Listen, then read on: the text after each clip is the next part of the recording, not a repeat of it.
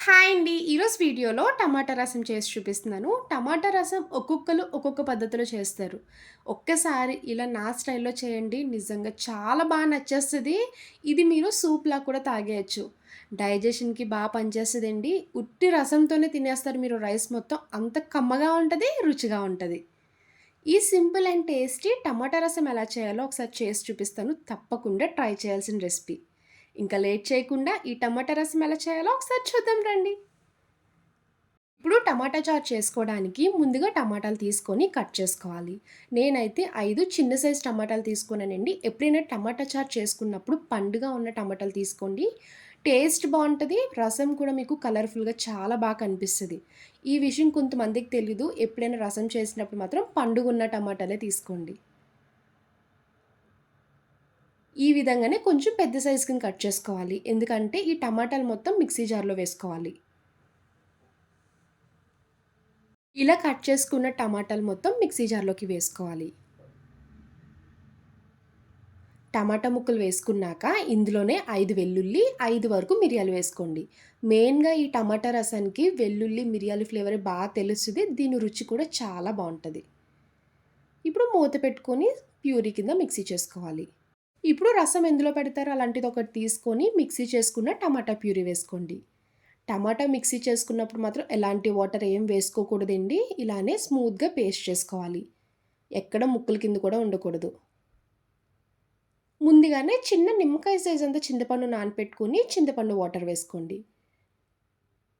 టమాటా రసం చేసుకున్నప్పుడు మాత్రం చింతపండు కొంచెం తగ్గిచ్చే వేసుకోవాలి. ఎందుకంటే టమాటా పులుపే చింతపండు పులుపే కదండీ! ఇలా టమాటా గుజ్జు వేసుకున్నాక అదే మిక్సీ జార్‌లో ఒక గ్లాస్ వరకు వాటర్ వేసుకొని వాటర్ యాడ్ చేసుకోవాలి. పావు టీ స్పూన్ పసుపు, మీ టేస్ట్‌కి తగ్గ సాల్ట్ వేసుకోండి. హాఫ్ టీ స్పూన్ కారం వేసుకోవాలి. ఇంకొక హాఫ్ టీ స్పూన్ బెల్లం పొడి వేసుకోండి. బెల్లం ఉంటే బెల్లం వేసుకోవచ్చు. లేదు అంటే ఇలా బెల్లం పొడి కూడా వేసుకోవచ్చు.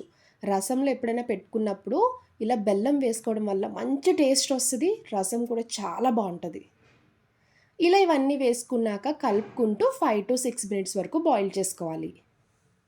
రసం ఇలా బాయిల్ అవుతున్నప్పుడే మిడిల్‌లో ఒకటి ఉల్లిపాయ, 2 పచ్చిమిర్చి ఇలా కట్ చేసుకొని వేసుకోవాలి. ఒక స్పూన్ రసం పౌడర్ వేసుకోండి.